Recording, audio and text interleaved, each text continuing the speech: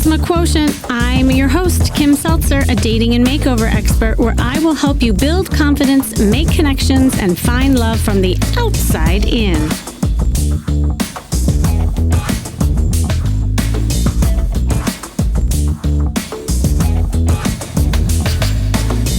What if I were to say to you, just visualize and design and manifest the man and woman of your dreams? Maybe you think that if you just close your eyes, say a little chant, sprinkle a little magic fairy dust in the air, your soulmate will poof appear.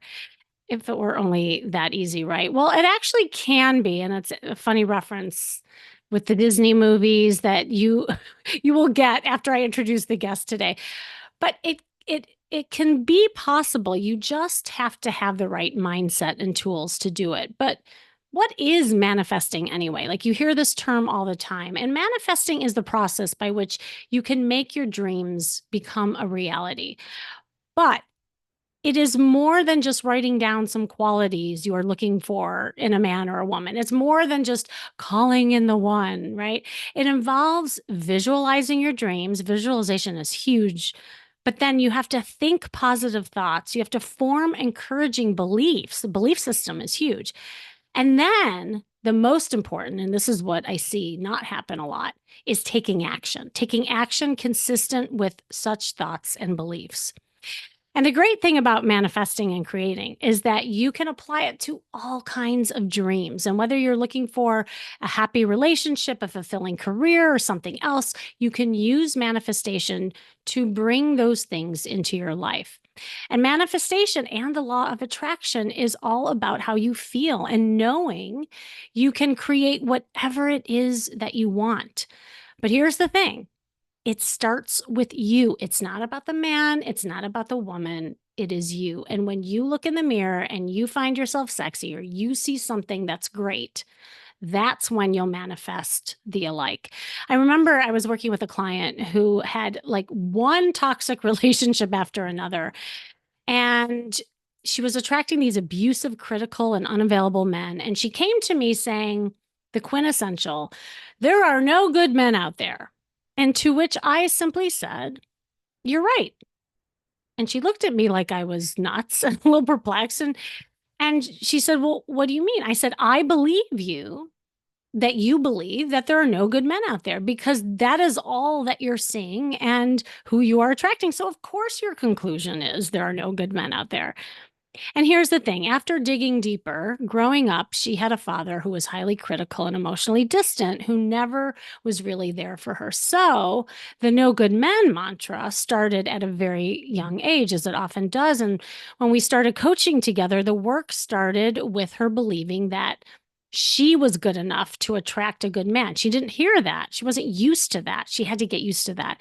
And she had to become and believe that she was the woman who could attract a good man. And of course, we started with a new wardrobe, as I always do, and her belief that she could be a sexy, desirable woman. And she learned through my dating retreat she attended that her body language, she didn't even realize that, was so closed off and not giving signals that she was even open or available. Like, we had to just start there.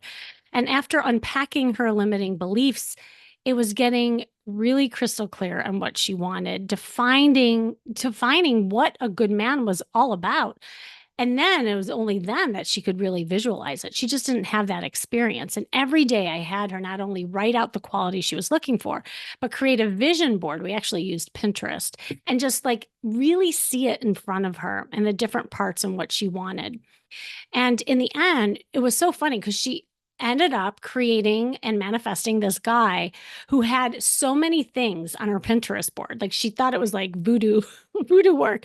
But I said, "You created it. This was all you. It had nothing to do with anything else." And she really found that this guy was different than any of her other guys and was so happy to be in a healthy relationship. And she admitted that all the qualities she was hoping for was there. She literally designed her dream partner, but she had to become the person she wanted to attract. So, joining me today is someone who knows a thing or two about designing his awesome life, and who will help me talk about designing your dream dating and love life. He is an award-winning director-producer who has worked on animated films and shows for over 20 years with top Hollywood studios, including Disney, Dreamworks, Netflix, Amazon. Have you heard of those things? And travels around the world as an inspirational speaker, sharing transformative tools of clarity, tenacity, resilience, and discipline to empower others to give their dreams in life of they're awesome. And he is an empowering life coach now and a podcast host of the Life of Awesome, a motivational podcast. I'm so lucky to have him here on the Charisma Quotient. Welcome, Saul Blinkoff. Are you there? Thank you. Hey, Kimmy. Thank you so much. So happy to be here to see you again. We met in person a couple years ago, but nice to see you on Zoom. Anytime with you is a good time.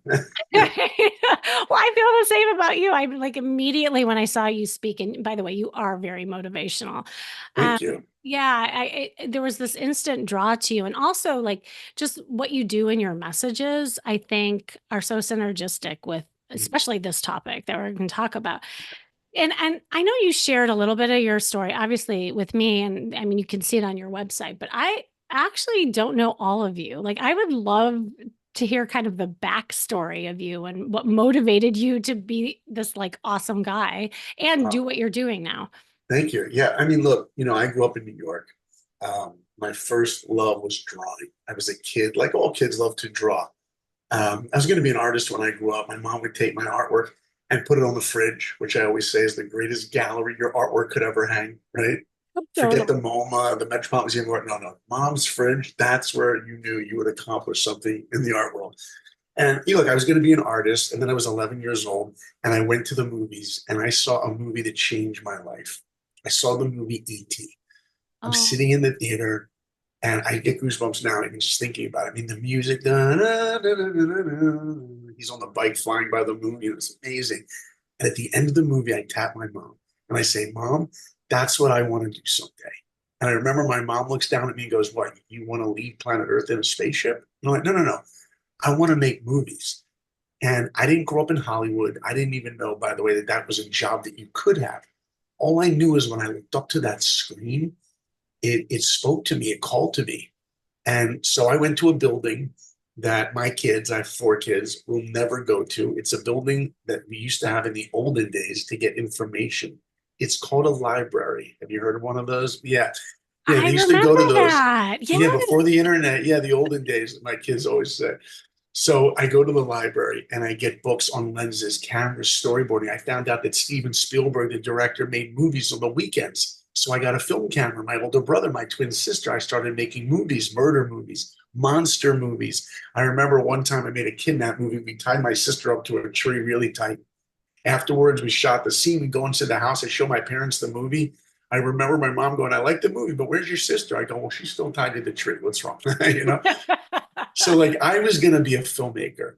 And then I get to high school and I'm walking the halls in high school one day. Somebody comes up to me and says, What are you going to do when you get out of high school? I said, well, I'm going to be a filmmaker. They're like, No, you don't want to do that. I said, Yeah, I do. They go, No, you don't, because if you do that, you're going to have to move out to Hollywood. And Hollywood is filled with strange, weird artist types, weird people. Is that who you want to hang out? Is that who you want to be? And I'm like, No, I don't want to end up weirdo. And I'm telling you, Kim, right then and there, I gave up on my dream because Oh, one person told me I would end up a weirdo. And, look, of course, today I do live in Hollywood, and my 4 kids would tell you, Daddy is a weirdo. So much for that. But yeah, at but that in such point, a good way too. thank you. I love that. But look, at that point in my life, I was very impressionable. And for everyone listening, take a moment and think about that. Think about in your life how often you have a vision of a place you want to go or a person you're trying to become, a vision for yourself. And we often allow others to change the trajectory that we're on. And there's a message that I share a lot to my kids and to myself. And that is never, and I mean never, allow anyone to define how you feel about yourself. Hmm. And a lot of people hear that and they're like, yeah, yeah, I hear that. That makes sense. I don't do that. I'm like, oh, really? You don't do that? Hold on a sec.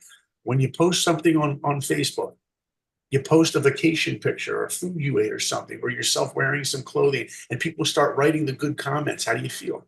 I feel good because we allow others to affect how we feel. And if they don't like your post, if they don't give you a heart or the emoji you want, how do you feel?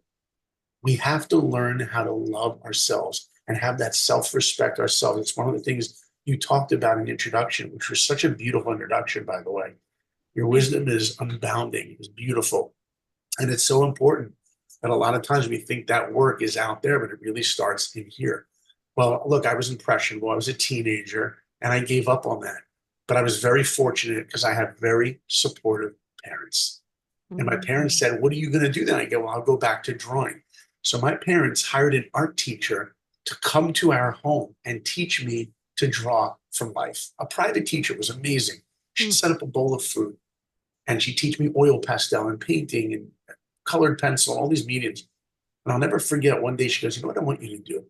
She goes, I want you to go to restaurants and draw people in cafes. Just sit on the corner with your sketchbook and draw people. And I said, why do I have to do this? She goes, because drawing is about seeing. It's about developing your eye to look at the world a certain way. It's not copying. It's choosing what lens you choose to see the world. And by the way, we all choose a lens every day. You know, you could be driving to work. Somebody cuts you off. You're angry. You're upset about it. I could get home and I could tell my wife, I could tell one of my buddies, hey, you're not going to believe this. Somebody cut me off. What a rude son of a whatever. And I can get angry. Yeah, you could choose that lens, or there's another lens. I could come home and tell my wife, I could call one of my buddies, I'll be like, you're not going to believe what happened to me. Today, somebody cut me off and they didn't even touch my car. Thank God I'm alive. Thank God I narrowly escaped an accident and I'm fine. And it could be the greatest day of your life if you choose that lens. And that was what my art teacher taught me. And so I got all my drawings together, right, Kim? I put them in a portfolio.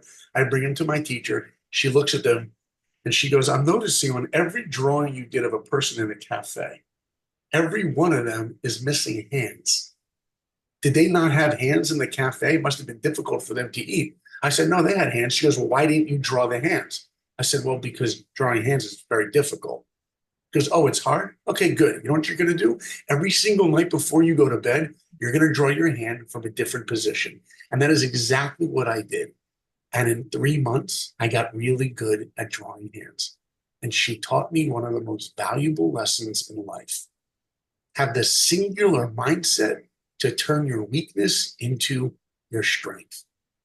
Because if we're going to grow in life, in anything, then our weaknesses and knowing those weaknesses are nothing less than the answer key to growing, right? Look, I grew up in the 90s. What that means I know who the greatest basketball player to ever play is. Kim, who's the greatest? Who's the GOAT? I mean, Michael Jordan, sorry. Yeah, you got it. Boom. And if any of you listening, Chicago girl, of course I'm going to say that's right. Yeah. And if any of you listening think it's, LeBron, this podcast is not for you. You can turn it off right now. So like Michael Jordan, first year in the NBA, this is a true story about him. Many people don't know. He's already Michael Jordan. He's already Air Jordan, sneakers made, posters everywhere, making millions of dollars. After one game, a sports writer comes up to him and says, Michael, you're a scoring machine, but your defense is not so strong. Michael turns to the guy, and you know what he says to him? Thank you. Thank you. You know what Michael could have said to him? Dude, I'm Michael Jordan. Could you get out of my face? I make so much money. Your kid's probably wearing my Air Jordan sneakers. Could you get out of my face? But that's not what Jordan did. He thanks the guy. And in Michael's head, he heard one thing. Something I'm doing is giving that guy the perception that I don't have a defensive game. I guess I better work harder on defense. And he did. And 2 years later, one player, only one, was named Defensive Player of the Year, Michael Jordan. You know why? Singular mindset. If I'm going to grow in life, then how do I turn my weakness into my strength? And that was my art teacher. She was amazing. So I was going to be an artist. And then I went to the movies and I see another movie that changes my life. Now I'm going to hum this song, Kimmy, and let's see if you know your movie soundtracks. You ready? Oh my God, I'm so excited. Yes. You better get this right. Okay. Okay. Okay. What is this movie from? I'll hum it. Everyone's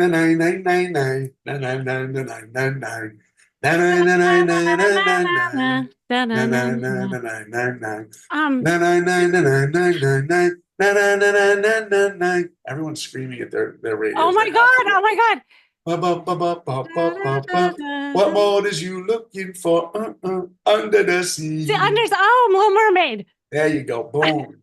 Disney princess, you can stay. It's like I Okay. knew the song, I was seeing everything, and I Right? The just seaweed couldn't. is always greener in somebody else. So I see that. Oh, The love Little that Mermaid. movie. It's Yes. 1980, whatever, late 80s. Olden days, like my kids say. And I'm looking up to this screen and it calls to me. And I tap my mom at the end of that movie and I go, Mom, that's what I want to do. She's like, What, you want to fall in love with a fish?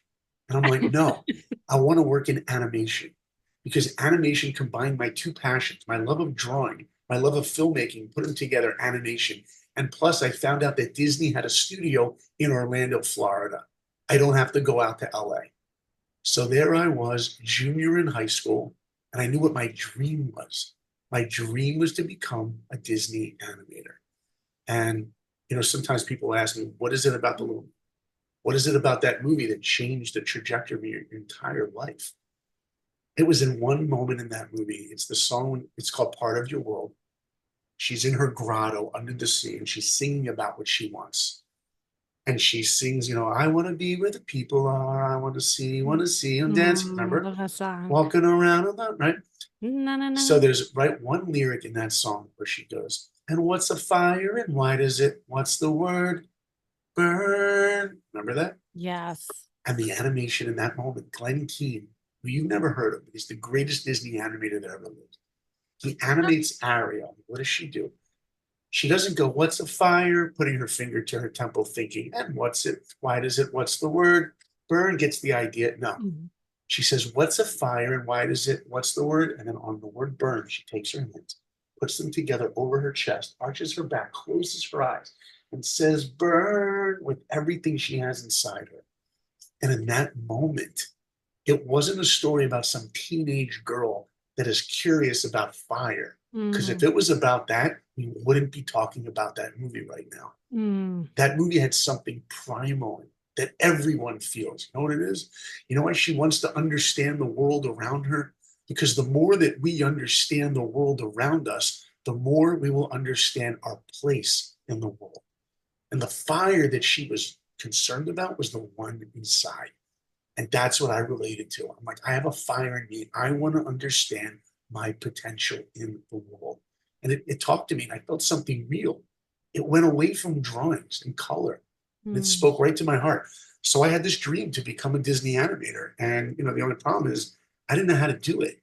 Today you want to be a Disney animator, you go to Google, you type it in, you'll find out. There was no Google. So my mom takes me to Disney and walks me around Disney World to ask the Disney employees how her son could be a Disney animator. We're getting on the It's a Small World boat ride. I'll never forget. And the Disney lady's like, how many at your party? We're like two. We're stepping on. My mom's like, by the way, my son wants to be a Disney animator. Can you help us? So embarrassing. And the lady's like, ma'am, this is a boat ride. Like, we don't hire animators Mhm. here. She says, but look, if you want your son to work at Disney, he's got to go to the Disney casting building. It was 4 minutes away from where we were in Disney World.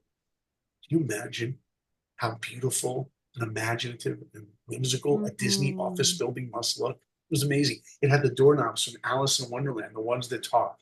They were made out of brass. I open up the doors. I walk into this atrium. Gold statues of Mickey, Donald, Pluto, Goofy. Even the air was like, had a smell. I'll never forget. It had like pixie dust in the air. It was amazing. Finally, she calls me for the interview. I go, hi, my name is Saul. She goes, can I help you? I'm like, yeah, my dream is to be a Disney animator. She goes, well, we don't hire those here. I said, well, who do you hire? She goes, we hire people that work the rides, people that hit the buttons that make the teacups spin around or that make Space Mountain go up and down. I'm like, that's not my dream. She goes, well, hold on a second.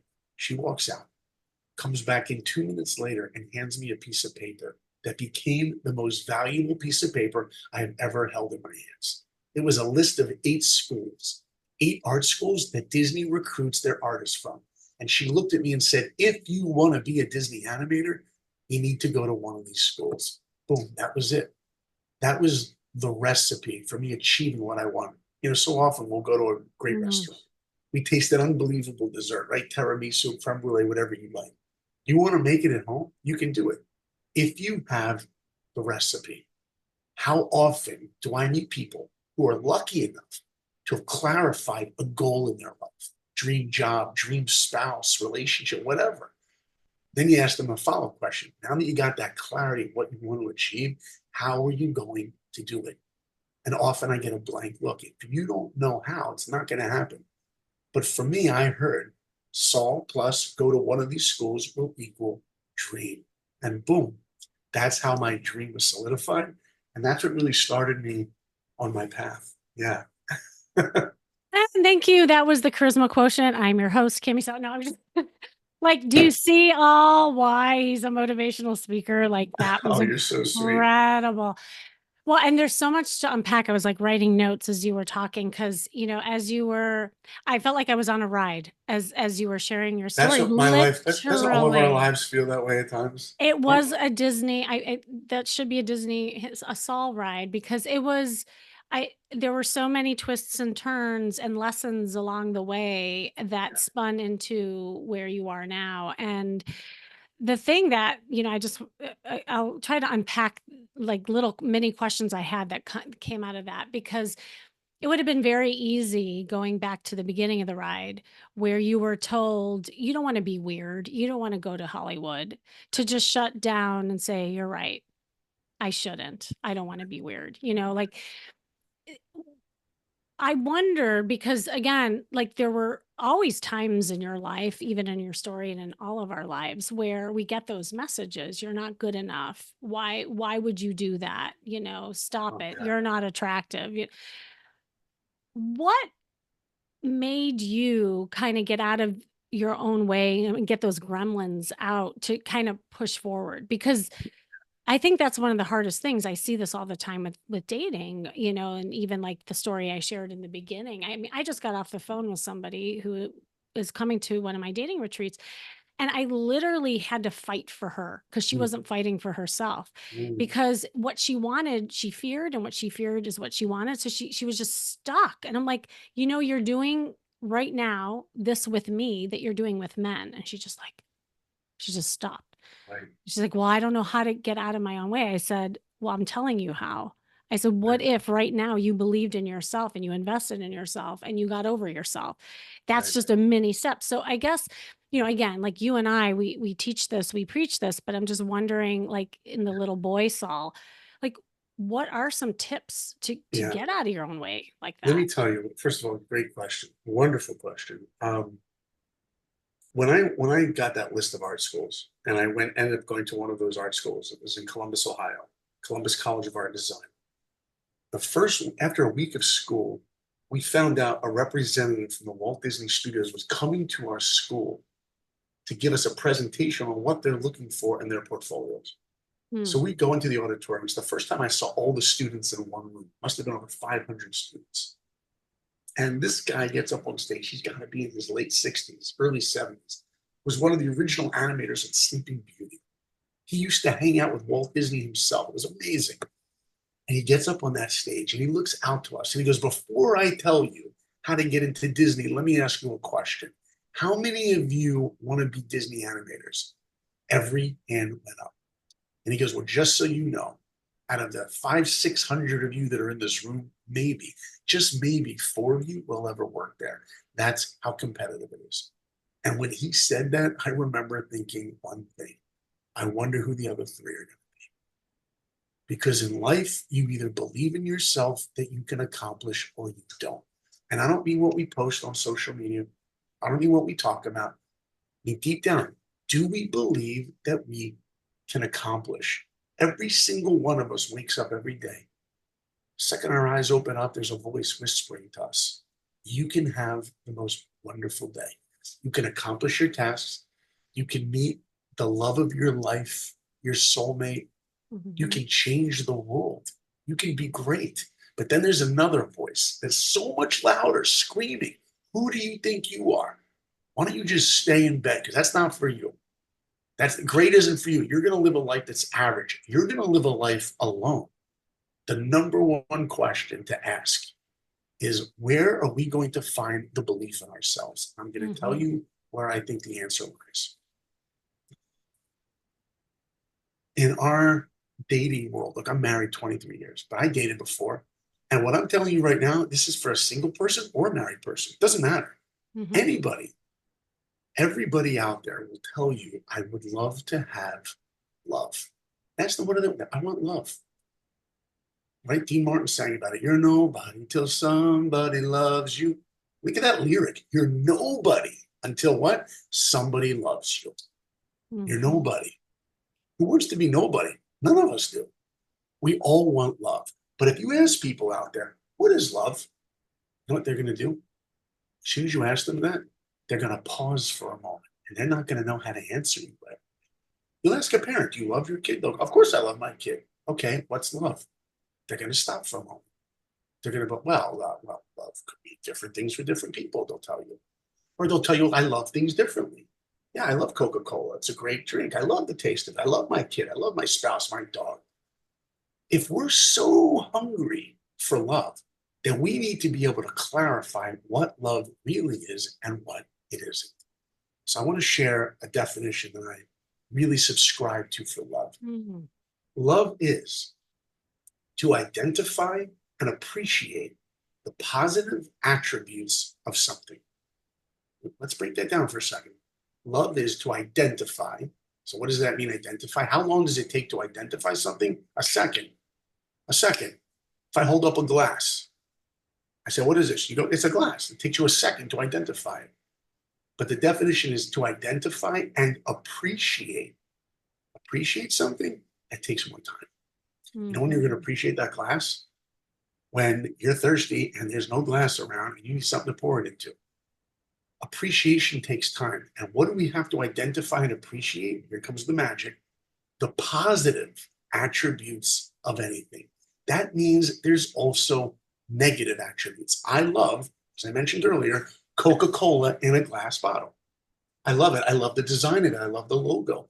I love that Americana culture. Like you can go to any third world country in the world and they got Coca-Cola. They don't have Wi-Fi, but man, they got Coke. It takes me back. I don't know. When I was a kid, I used to watch those Mean Joe Green Coke Yeah. commercials where he's actually, you know what I even have here? You're going to love this. Are you Oh checking my this out? God. For You're in people such on good video, company. Yes. everyone see that? Are you ready for this? Boom. Oh, I that is got Life of Awesome. I so got my awesome. brand on the Coke bottle because this is my drink, dude. Like, right? If you're listening to this, you'll have to go to YouTube to find out what he just showed. You Anyway. got to see this. So check this out. So Yeah. could I make you a list of Yeah. everything that I love about Coca-Cola? Yeah, I love the design, the taste, the blah, blah. I can make you a list. Does that mean there aren't negatives? Of course there's negatives. It costs money. Not a lot, but it adds up. It's got high fructose corn syrup, not so healthy. Or if you're getting the Mhm. Coke from Mexico, it's sugar, not so healthy.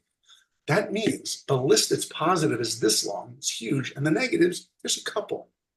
Love is to identify and appreciate the positive attributes. So now I want everyone listening, take a person in your life that you love. Think about a person right now. Think about, you got them? All right. You think about that person. Could you make a list of all the positive attributes of them? Of course you could. Does that mean there's no negatives? Of course there are, because none of us are perfect. But what we're doing is we're choosing to identify them with the positive attributes. And when we're dating, what we usually do in the beginning is we only see the positive attributes, right? Think about a man's perspective. And I'm going to generalize men here for a moment. I'll talk about me. When I met my wife, this is true. The first date we had, Yeah, I we wanted to stayed know up. about your story. Yeah. We talked for hours, Hmm. hours. And the next day I call up my buddy. I'm like, dude, I met this girl. And we stayed up. We talked for hours. Amazing. Awesome. My wife and I are married 23 years now. You know what I want to say to my wife some days? Honey, could you get to the point already? Do you have to talk for hours? Somebody once emailed, it's true story. Somebody once emailed me and my wife at the same time a question. And I wrote back the answer, blue. And my wife wrote back a paragraph that basically said, blue. Because quite often men and women communicate differently. Well, we But what use I, 2,000 words more a minute or that's something like right. that. Come That's on. right. You can't knock us. No, Yeah. I hear that. But Right, right, check this out. In the beginning, all those things I saw about her right. was just positive. Over the years, I've had a choice to make every day. Yes. Is it going to stay on the positive or is it going to go to the negatives? And what many people, somebody could be dating somebody at the beginning. and she has a little space between her teeth. It's the cutest thing in the world. Oh, I love how cute. Then 10 years you're married, you're like, honey, could you fix that space between your teeth? You Right. know what I just did? I took the positive and I moved it to the negative. And then you wake up one day and your negative list is big and you don't even see the positives anymore. You see, they will tell you out there in the world that love is blind. That's a lie. Love is a magnifying glass. When you love someone, you see all the details, but now comes the magic. Love is a choice. Love is a choice to choose to see the positives. And if you do that, you will feel an emotion. You will feel what most people call love. It's a choice. So, how do we find the confidence, like you said? How do we find that confidence to believe in ourselves? We have to remember before anyone will ever love me, I need to love me. I need to see, not that I should love someone, but that I could love someone. Not that I'm nothing without them, but that I'm something to offer them. Mm-hmm. And while we're dating, we have to look around and see what are people's positive attributes. But before we go out on that date, we have to stop and say, do I love myself? Do I see myself for really what I am? And if we start to value ourselves and love ourselves, then guess what? That is what's called attractive. People want to be near someone else that feels the confidence, not arrogance, it's the confidence. Guess what? I see my value. Guess what? I'm working on myself. We're all work in progress. I'm a humble person. I work on my integrity. It's not just physical, it's who I am. We're not human beings. We're human becomings. Oh, Kimmy, I read this thing beautiful from years ago from a Jewish Kabbalist rabbi. Listen to how amazing this is. It's unbelievable. He says, everyone always says it's called falling in love. Oh, everyone wants to fall in love. You feel the butterflies. He goes, that is a mistake. Mm-hmm. Don't ever look to fall in love because falling takes no work. It should be called climbing in love Oh, I because love that's the that. Yes. reality of Yes. the work you need to invest in order to achieve greatness in anything, and especially relationships. And if we have the expectation before we're dating that dating is going to take work, it's the best kind of work, then we're motivated to accomplish. But if we think it's going to be difficult, when it starts to get a little difficult, I'm out. I always say in Hollywood, they don't get married. They try out marriage. They try out relationships. As soon as it takes a little bit of work, they're out. Yeah. But we all know that to achieve greatness in anything in life, we got to invest work. My son asked me a couple of weeks ago, he's like, Dad, I want to be on the track team. Do you think it'll be easy? I go, it depends how good you want to be. You want to be good at it? Yeah, it'll be easy. Do you want to be great at it? Then it's going to take work. You want to be the most awesome track runner in the history of planet Earth, then you're going to have to bleed. You're going to have to sweat. You're going to have to wake up every day at 5 a.m. When it comes to our relationships, especially the relationship with ourselves, what am I willing to invest? How hard am I willing to work? And so at that point in my life, when I sat in that auditorium and he looked out to us, I said, I wonder who the other three are going to be. I had an unflinching commitment and confidence. Not that I could draw well. My confidence was that I would work really, really hard. And guess what? Even though I'm just some kid from New York who's not a good artist, and I was one of the worst artists in the school, that's a fact. I believed in myself that I had the ability to grow. And I didn't care where I was because I knew where I was going. So awesome.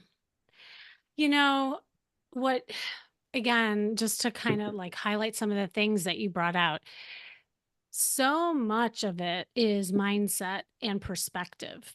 Right? And the thing that I love, the definition of love is brilliant, by the way, because it is about the positivity and how we look through the lens, like you said. It's a choice. Yeah. No, it is. It's funny because I often say you don't even know this, but I use the metaphor of the matrix all the time, Mm, where that, what if you're walking in the same world and you put a pair of goggles on and you see the same world, but it looks different. That's the dating Isn't matrix. that All of a sudden something? you see men everywhere. They were there Yeah, all along, but you didn't see them before. right. And it's using the lens though, but to see the positives. And here's the thing on the flip side, and this is where I think a lot of people get tripped up, is that when people are in fear, they'll use negatives to protect themselves. Mhm. So what happens is they'll go out there after trauma, after things that didn't work out, and they'll find one little thing wrong or This sounds one like a thing that Seinfeld episode. A close right. talker, man hands, Yeah, two star, exactly. two, what, right. He has his whole list, right? No, 100%. I literally like, and it's because it's, fresh on my mind, hot off the press with this person that I just talked to.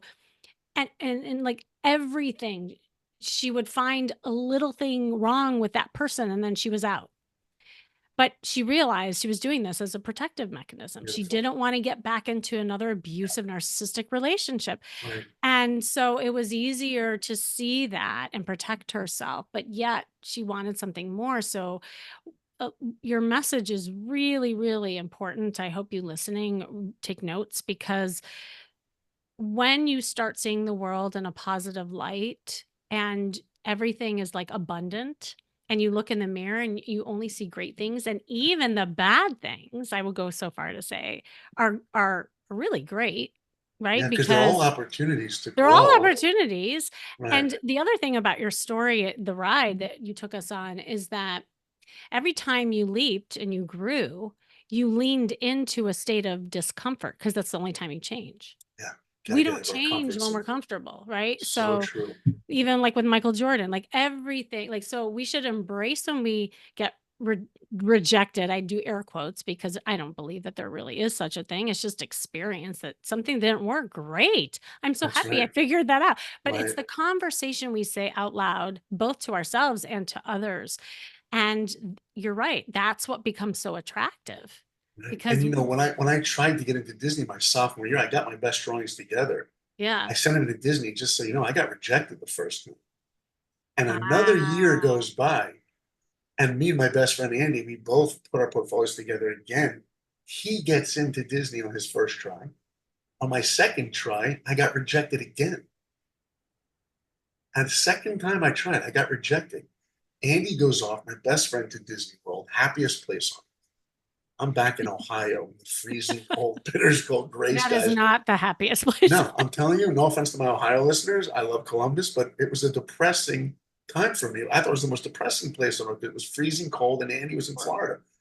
And I go back to school, and I'm walking the halls, and somebody comes up to me, and they're like, "What are you doing here? Oh, you didn't get in. Oh, I'm sorry. Where's Andy? Oh, he got in. You didn't." I felt like a loser. Um, I felt like a failure because people knew me before as the guy that was so motivated and driven. Mm, And I'm telling you, Kimmy, when I looked in the mirror, I felt like such a failure. And yeah. then I came up with the most brilliant way to take that feeling of being a failure away. And Ooh, everybody who's listening right share, now, yes. yeah, by the way, you can forget everything I've said up until. You can forget it all. You want to walk out of here with one idea to apply to your life. This is the idea.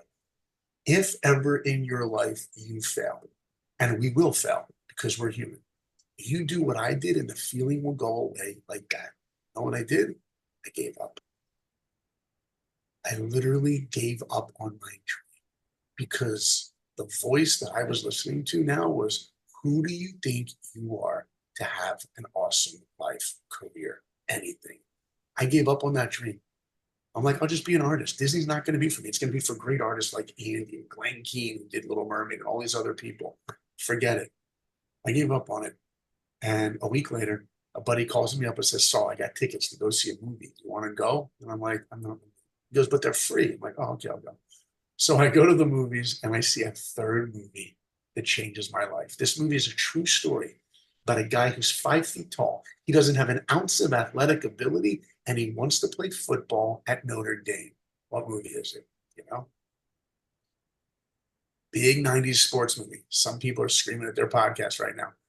It's Rudy. Did you ever see the Oh, movie Rudy? Rudy. Oh, I love that movie. Isn't that a Yes. great movie? Yes. Fantastic. And by the way, it's a true story about Rudy Yeah. Rudiger. He's five Right. feet tall. He's not even athletic, and his dream Yeah. is to play football at Notre Dame. If you were friends with the Mm-hmm. real Rudy Rudiger, and he told you his dream, you know what you would have told him as his friend? Dude, I love you. Get a new dream.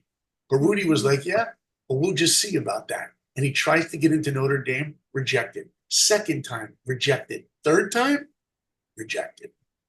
But fourth time, if you look at the movie poster for the movie Rudy, it says on the poster, when people say dreams don't come true, tell them about Rudy. And he Oh. gets in, and tears are streaming down my face because I'm thinking if an unathletic kid like that could get into Notre Dame with an insane amount of hard work, then what I felt was an untalented artist like me would get in with an insane amount of hard work. And I vowed to never give up again. And by the way, the next day I call up the head of Disney on the phone. I call the guy up on the phone. I go, hi, my name is Saul Blinkoff. He goes, Saul, can I help you? I'm like, yeah, I know I was rejected, but can I ask you a question? How close was I? He goes, what do you mean? I'm like, well, how many portfolios did you get? How many did you choose? He said, well, we don't usually give that information, but since you called, we chose 17 students from over 3,000 portfolios around the world, and you made it to number 20. What? I'd only missed it by 3. Do you know how many times in our lives we could be so close to achieving a Yeah. goal? We feel we're miles away, and all we needed to do was press a little bit more. And then I asked him the $1,000,000 question. Why did I not get it? What Mm-hmm. was I missing? What's the answer key to growing? And he told me, you need to add more perspective in your drawing, whatever. I went back, worked on my portfolio much more. And Did you draw then more hands? I drew more hands. I drew animals. I went to the Yeah. zoo because you have to draw animals from life and people from life. I put a portfolio, sent it to Disney, and boom, when you wish upon us, I Oh, got in. It sprinkle, was sprinkle. amazing. Sprinkle pixie dust. Oh. I got my dream. I started at the Walt Disney Studios in Florida. I got to work on films like Pocahontas, Hunchback, Mulan, Tarzan, lots of classics. But I got to tell you, there's one movie that I did not work on. And it's the one that I think has the most wisdom that we can learn, especially not just about life, but about relationships. Mm. You know, years ago, I was leading a men's trip. I do men's coaching, men and women, but I was leading a men's trip. And I had this dad, this husband, and he brings me aside. We're on this hike somewhere. And he says, after this trip, when I get home, my wife's going to ask me for a divorce. And I said, okay. He goes, Mm. but I don't want to get divorced. I go, well, I'm not a marriage counselor. What do you want me to say? He's like, give me advice. I'm like, well, let me ask you a question.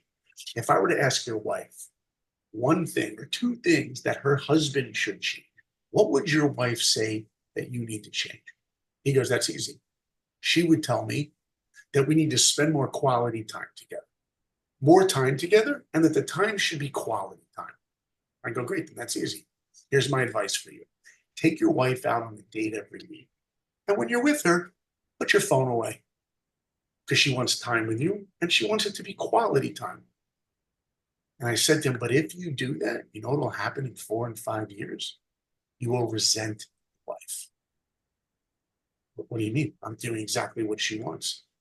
Yeah, but you're not doing what you want. You know what your wife really wants? She wants you to want to spend time with her. She wants you to put your phone away because you're dying to hear about her day. She wants you to see her again, really see her. And then I asked him a question. Why'd you get married at all? Why'd you get married? Because that's what guys did. My dad did that, and he was in his late 20s. And in order to be a man, you got to have a wife, a house, and money, and a car, and a job. And to be a checklist, I should basically get married. So why'd you get married at all? And number 2, why did you marry her? What was it about her? You see, the essence of marriage, we first have to understand the answer to the most important question we will ever ask in life. And if you ask people, what is the most important decision you will ever make in your life? Most people will mistakenly say, it's who I marry. That is the second most important decision you will ever make in your life. But the first and the most important question we have to ask ourselves is, what am I living for? Mm-hmm. What is my goal in life? Because if you haven't clarified what you're living for, then how can you find a partner to help you achieve it? You see, in life, it actually says in the Bible, it's not good that man be alone. It says that in Genesis. And some of you are listening, you're like, I'm not a Bible person. Well, hold on a second. Harry Potter is the fifth biggest selling book in history. The fourth is The Little Prince. The third is Tale of Two Cities. Oh, I'm sorry, my order's wrong. The fourth, Harry Potter. Third, The Little Prince. Second, Tale of Two Cities. But all of it is nothing compared to the Bible that has 5 billion souls. So whether you think it's a godly or divine book or not, you got to give it its credit. There's probably some wisdom in there. And it says in Genesis, God says it is not good that a man be alone, period. And then the next sentence he says is, so I will create for man a helpmate that is going to challenge him or oppose him. This is what it says. And by the way, you can go look, there's different translations, there's lots of translations, but if you want to actually find out what it really says, go to the Hebrew, which is the original text, where it says, I will create for him an Ezer Kenegdo. 2 words. Can I tell you that if these 2 words were memorized by Hollywood, there'd be no divorce in Hollywood. Right. This is the greatest advice you could ever give a couple who are standing under a wedding canopy. You want this marriage to work? You know what the divorce rate is right now? In LA, it's like over 55%. Yeah. That's the divorce rate. If these 2 stand under that wedding canopy and they had these 2 words, change their lives. What does it mean? First, God says in the Bible, it is not good that man be alone. So since you can't go through life alone, I'm going to create for you a helpmate that's going to challenge you. That means if we're going to grow in life, the only way that we're going to grow is to know that we have a person that's going to help us by sometimes going against us. Most people that get divorced, they're going to wake up and tell you, you know what? They're not helping me anymore. They just go challenge me. They're going against me. Hold on a second. Maybe they're telling you what you not want to hear, but what you need to hear. And where do we see it best? In the Disney classic, The Lion King, which is a movie I did not work on. I got there on Pocahontas right after. Oh, it's gonna ask But you about it. but in that movie, you remember the movie? I just made up those words. I don't know what the words are. But you It remember? sounded really good Kind though. of good, Yeah. right? I don't know what I'm saying. But okay, Circle Are of you a Life. singer too on top of all No, this talent? Oh, please, I sing. It doesn't make me a singer. okay. Um, unless dear Evan Hansen is on in the car, and then like Uh-huh. when you will be found, whatever the song is, like Daddy singing at the top of his lungs. You Right. will be found. Great song. Anyway, or Greatest Showman, we do that too. So check this out. In The Lion King, Simba wants to be king. He thinks being a king is he can do whatever he wants. And Mufasa, his father, says, Simba, there's more to being a king than getting your way all the time. Simba's like, there's more. What could be better? And then dad dies, remember? Because it is a Right. Disney movie. They have to kill off a parent Of always, course. right? Yeah. And he does. Spoiler alert, if anyone's listening. By the way, if you're listening and you haven't seen The Lion King, you deserve to have it spoiled because the movie came out like 35 years ago. So Simba goes off and lives in Hakuna Matata world. Remember that? Hakuna Hakuna Matata. I Matata. know. What a wonderful phrase. Do you remember what Hakuna Matata means? No, actually, I forgot it. It's in the lyric. It says, it Yeah. means no worries Oh, no for the worries. Yeah. rest of your days. Hakuna Matata means no worries. Do you know who wants a life of no worries? All of us. Yeah. Nobody wakes up and says, I want a life that's filled with worry. And by the way, if you don't want a life of worry, don't get married, don't date, don't have children, because you will find that there's a life of worry in any commitment like that. But Simba, right? Yeah, right?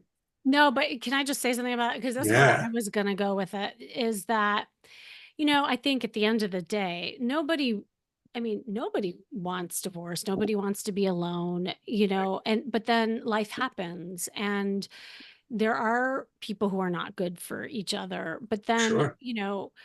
trauma happens, then the walls go up, and then, a lot of people are in a state of fear. And, when people are fearful, that's when they don't take action or they go back to what they're used to, which doesn't serve them. Right. And so, the worry that you were just talking about, I think that's what causes people to hesitate from creating the life that they want and designing the love that they really Right. They feel want for themselves. paralyzed in that They're worry, right? paralyzed. And Yeah. I think that and it's just so funny, and I'll say this, with the rejection piece. they're so fearful of the rejection or getting hurt again that they'll say, like you just said, well, then don't date, don't get married, don't do anything. So they don't. But then what I say is like, but you're already bad. Like, what could get worse? Like, it's Right, already bad. right. Why not What you're try? fearing, you're already in. And you right. And so when they stop and really think about it, they're doing so many things to not move on and create this when really they're the most miserable they have been, you know? And so again, looking at things differently, and when you can look at all of this stuff as opportunity to change, Oh, you for know, sure. And in that's that movie, by the way, yeah, you'll remember after Mufasa dies, Simba goes off and lives in this Hakuna Matata existence, and it's yeah, beautiful there. right. It's lush. There's waterfalls. He sleeps in a hammock. He hangs out in a jacuzzi. It's like Hawaii. We all would love to live there. But here comes the magic. Who shows up at the end of the movie and finds him living out there alone? Nala, the girl, the lioness that he grew up with, but now she's all grown up and she's She's looking beautiful. hot. She's looking hot, right? She's got the eyelashes now. She's batting her Right? She's eyes. dressing They well. they sing their song, Can You Yeah. Feel the Love Tonight? Right? They're Right. rolling around, the sun Mhm. is setting, and there's that scene where they're about to like make out. We always cover our Uh-huh. kids' eyes. They're like, Mom, Dad, they're Right. lions. I'm like, still inappropriate. Don't watch. And then after they roll around and sing their song, they decide to talk. And I was like, yeah, maybe it is a good thing to actually speak, not just jump in the hay and roll around. Maybe you should speak for a minute first. And she's like, Simba, it's good to see you, but you got to come back with me. He's like, Hakuna Matata, look where I live. Why would I leave this? She goes, maybe I didn't make myself clear. Scar, your uncle, has taken over everything. And if you don't come back with me, everyone's going to die. You are responsible. And you know what he says? Kuna Matata. I'm staying right here. Why would I want that? And Mhm. she gets frustrated and she sings, why won't he be the king I know he is? The king I Mhm. see inside. You know what she's really saying? When are you going to wake up? When are you going to see the greatness? You know who she's really speaking to? All of us. Yeah. When are we going to wake up and actually see the potential of our lives? That we don't have to settle for a life that's good or even great, that we can have a life of awesome, and that every aspect of our lives can be awesome. Our relationships, our job, just waking up and being excited to get out of bed and be alive. She's saying, when are we going to wake up and see our potential? And then you know what she does? She leaves him. Wait a minute, you're leaving? You just rolled around with him. You sang your love song. Remember, I told you in the #1 bestseller of all time, it says, it is not good that man be alone. Mhm. So I, God, will create for him a helpmate that's going to go against him. And you know what Nala does? She goes against him. And Mhm. Simba actually says right before she leaves, you know, you're beginning to sound like my dad. She goes, at least one of us does. And she leaves. Mhm. But you love him. Yeah, but I love who he really could be, his Mhm. potential. He doesn't even see it in himself. He needs to see it in himself. And so she leaves him. He's left alone. Rafiki comes, hits him on the head. Simba looks and sees the reflection of his father in the water. He looks up to the heavens and sees his father in the clouds and hears Mufasa say, remember who you are. He hears that. Remember who you are. Don't you remember? Don't you remember that person that believed in himself? Don't you remember that person that looked in the mirror and you loved yourself? Did you ever go through life and you had that moment where you saw it? Don't you remember who you are?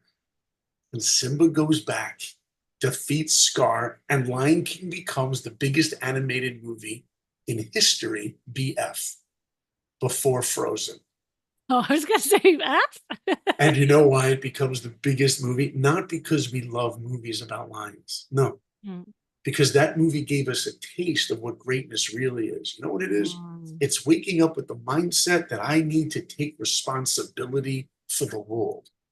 And at Mhm. the end of the day, every single person listening, every single person alive has to ask themselves a question. Forget about marriage. Forget about dating. First, get in touch with you. What is it that you're living for? What is your goal of life?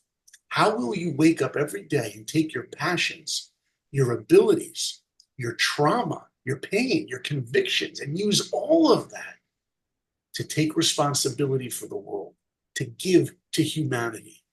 That's called purposeful living. Don't think that life is about being happy. Happiness is usually contingent on outside experiences. If I meet my soulmate, I'll be happy. If I get another zero in my Right. bank account, I'll be happy. There's something so much sweeter than a life of happiness, and that's a life of meaning. To wake up every day and have that purpose. Once you've clarified what you're living for, then now you know to find a partner to help you achieve it. I was talking to a couple the other day, and they just told me that they're a teenager. This is last night. They're teenagers, 20 years old. He just got engaged. And he got engaged and he's going to get married. And I go, when's the date? They go, well, probably not for like 2 or 3 years. I'm like, he's going to be engaged for 2 or 3 years? Why would he wait? And this is what they said. They said, well, because he wants to get his finances set first. He wants to make more money. And I go, oh, so basically he's telling his future wife that I would only marry you if I have a certain amount of money in the bank. Does that mean if he ever loses his job and loses his money, he's going to get divorced? Is your relationship really contingent on money? As a matter of fact, if you don't even have money, that's the best time to get married, because your wife or your husband will help you believe in yourself, accomplish what you're meant to be, to get back on the track to get money. Do you want a partner for making a living, or do you want a partner for making a life?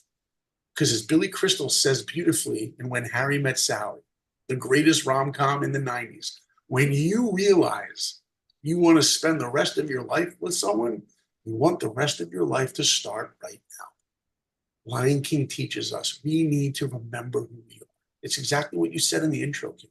I'm just giving you a fun Disney reference to highlight it, but you nailed it right in the intro. So here's my advice for everyone. Yes. Listen to Kimmy's intro and her outro and forget the rest of it, and you'll be fine. Absolutely not. Absolutely not. There's so much meat in between. And in fact, you're bringing it home and ending with where we began. And I feel like we should have some Disney music, like kind of closing the show right now, because it's just so. There we go. I need to have one of those machines, that Right. they play those music and Oh, that I kind of see stuff. those. Yeah. Oh my God. Anyway, I was going to ask for parting words of wisdom, but what more could there be? Like there was just so much there. And Thank you.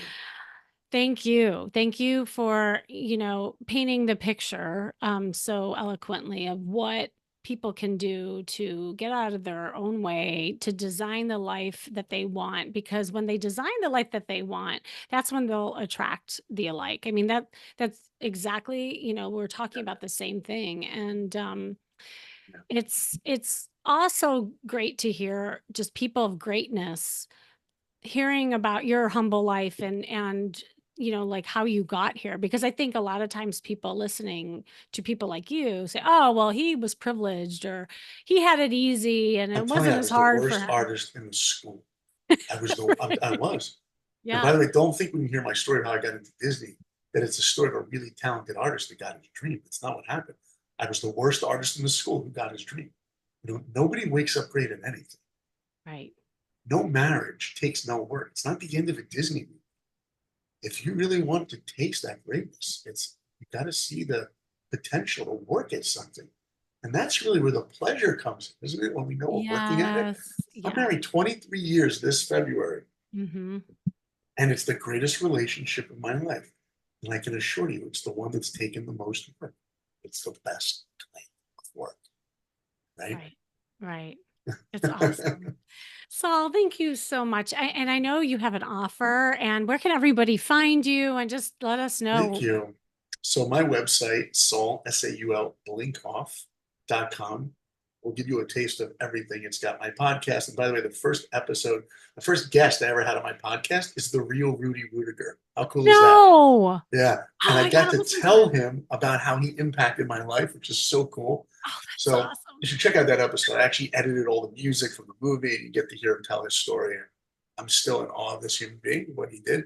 So the podcast is on there. And I also, yeah, October 13th, I am offering an amazing opportunity. It's a 2 hour, 1 day event. It's for students, college students, professionals, everyone. who wants to either figure out their dream job or dream life and figure out how to get it. I'm going to share tools. It's called The Edge, it's Achieving Career Success. It's an amazing thing. I mean, sometimes I speak and I have people come to me, oh, I wish my college kid could have heard that or heard that. So this is going to be, it's going to be online. It's viral online. It's going to be on Zoom, not viral. It's going to be online, It will be and viral. I hope it'll be viral. But it'll be, from all over the world, people coming in for a 2 hour. I'm going to share tools and secrets and tricks and just a mindset to manifest that dream career. So that's called The Edge, and that's October 13th. And I'll be showing all that stuff on my website. You can check that out. Awesome. Thank So you so great much, Kimmy. having I love you. connecting with you. You're amazing. I You wish you too. continued success in everything you're doing. You're making such an impact out there. And I also just want to thank personally everyone listening, your listeners, Mm, because every one of you who's listening should take a moment and really take pleasure in the fact that you show up to a podcast like yeah. this, that you're listening to Kimmy and her guests share, because that already shows that you're serious about growing, that you're serious about looking at yourself and to be real and to grow. And you should take pleasure in that. That's a wonderful quality that each of you have. And I wish all of you listening continued success at life. And don't settle for a good life when you can have a great life. And don't settle for a life that's great when you can have a life of awesome. Awesome. Thank you so much, Saul. And thank you for listening. As Saul said, I always am so appreciative of my listeners and keeping this thing alive. It's been the Charisma Quotient. I'm your host, of course, Kimmy Seltzer. And remember, you can build confidence, make connections, and find love from the outside in. And if you want to know more, go to my site, as always, kimmyseltzer.com. And if you are tired of not attracting the right people in your life, then hop on a personal call with me to help you map out ways you can design the love life you deserve. And I do have a retreat coming up, y'all. I only have a couple spots left. So, ladies, if you're interested, let me know. Men, if you want to be a bachelor there, holler. I'd love to see you there, because that would be a next level action piece that would get you to where you want to go. Just click the link you see in the show notes to do that. And remember, working on you is working on your dating life. That's all for now.